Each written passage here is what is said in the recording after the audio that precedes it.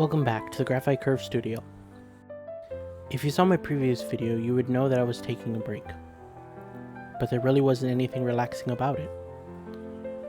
When I left you, it was the end of June, and I had just completed 2 years on YouTube.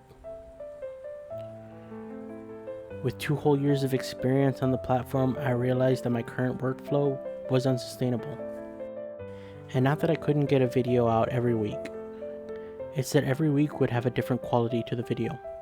Some would be great, some would be bad with reason, and some would be bad for no reason.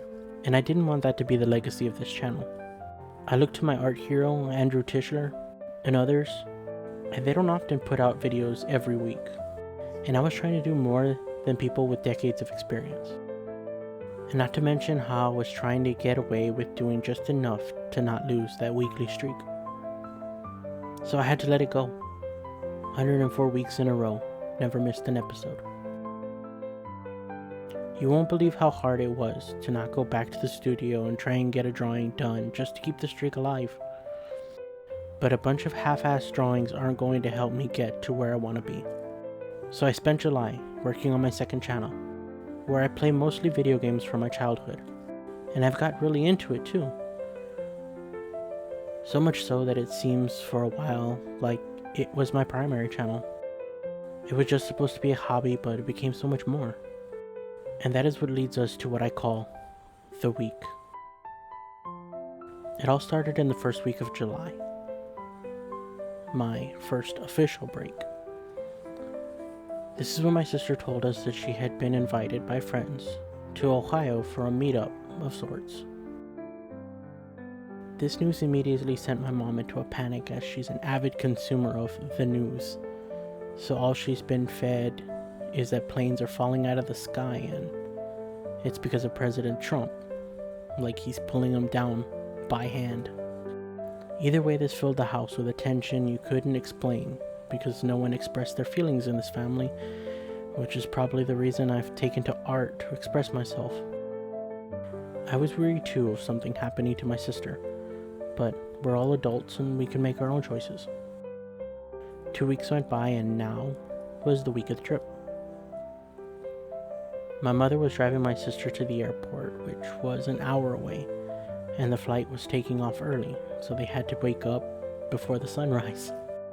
That, and there being no time for coffee, everyone was in a great mood. Day 1. I only heard when my mom came back to tell me, as contrary to normal mornings, I slept till 8 a.m. and missed them leaving. I spent most of that day reading Atomic Habits and doing chores around the house. This was in a way the calm before the storm. Day 2. I spent most of that day cooking, and the evening was spent doing Godot tutorials, as learning game development is one of my goals. But that night my mother fell ill and was rushed to the hospital.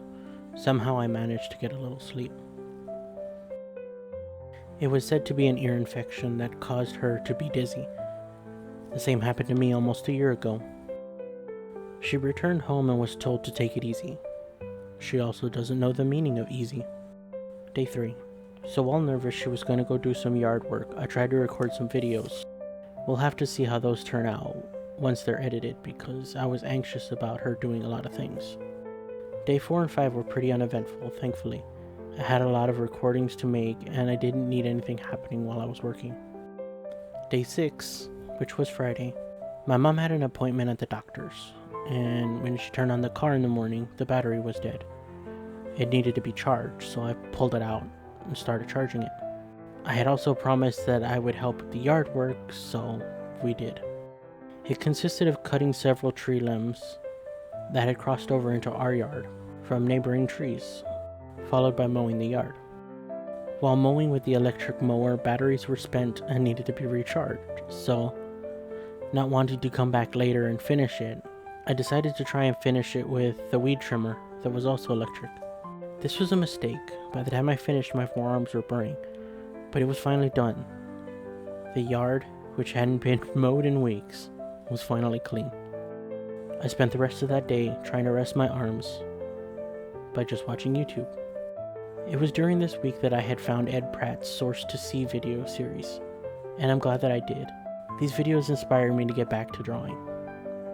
because you never know which crazy idea is going to resonate with a lot of people. Day 7, the final day of this crazy week. My mom and I were watching F1 qualifying for the Belgium Grand Prix, and after that we went outside to replace the battery and to see if it worked. It didn't. It was super dead. So I decided to drive my dad's expedition to the local Walmart for a replacement battery. As we left, it began sprinkling. They replaced it no problem. It was the best experience ever. Normally they want to verify that the battery's dead and the test takes about an hour, and this time it was simple. He pulled it off the wall, charged us, and we had it back in the truck in no time. When we got back outside the Walmart, it was very dark, and it was only 10 a.m. We loaded the battery into the trunk, and it began to rain. My mother asked if we should wait it out. I said no, it'll be fine. It was fine, but it was one of the scariest car trips I've ever taken. Out of nowhere, a wall of water poured from the sky. It was rushing at us, and we were driving into it. It was like a tropical storm, but there was no warning of rain, not until we were in it.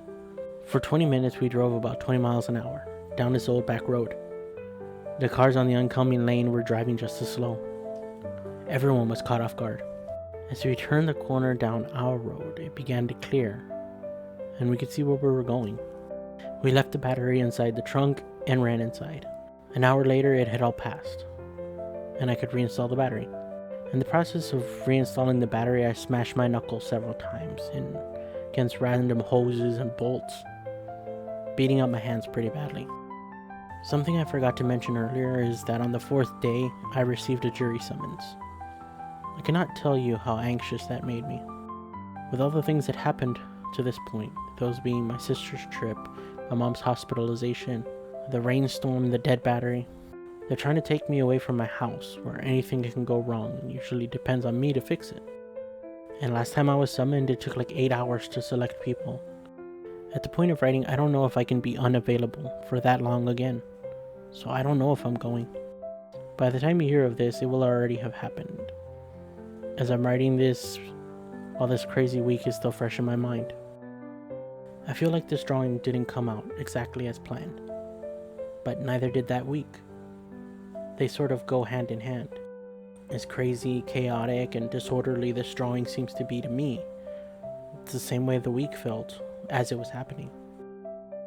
This isn't exactly the comeback that I wanted after that large break. I was expecting to come back with my greatest piece so far. A way to start the 3rd year with a banger. But as the week slowly crept up, closer and closer to the day that I wanted to start putting videos back on YouTube, I had nothing else to do. No other ideas. So I thought I would draw out my experience of this week in a way that represented what I felt. She's screaming because of the chaos, and she's naked because she's vulnerable. She can't do anything about the situation, except react. Even to this point, I didn't get to put in all the effort that I wanted to do. In the middle of drawing it, the first day I drew as much as I could. I was planning to go back and draw later that day, but a thunderstorm came by and my sister dog wouldn't let me finish drawing because she was scared. The next morning I started working on it, but I had woken up with such a bad toothache I couldn't really concentrate. This is where I was working on the bottom half, and I knew that the only thing that was really important in this spot was the vulva, so I got as much of it done as I could and didn't really care how the legs turned out. This isn't the beginning I wanted, but maybe it's the end of the way we used to do things. And next time will be the beginning of the way we're going to do things going forward. One of the things I'm planning to do is finish up my sketchbook. That's kind of been weighing on my mind, and I've been wanting to finish it for a long time. Lots of exciting things are coming up, and I hope you join me for that. So don't forget to like the video, subscribe if you haven't already, and turn on notifications so you never miss an episode. Take care, and God bless.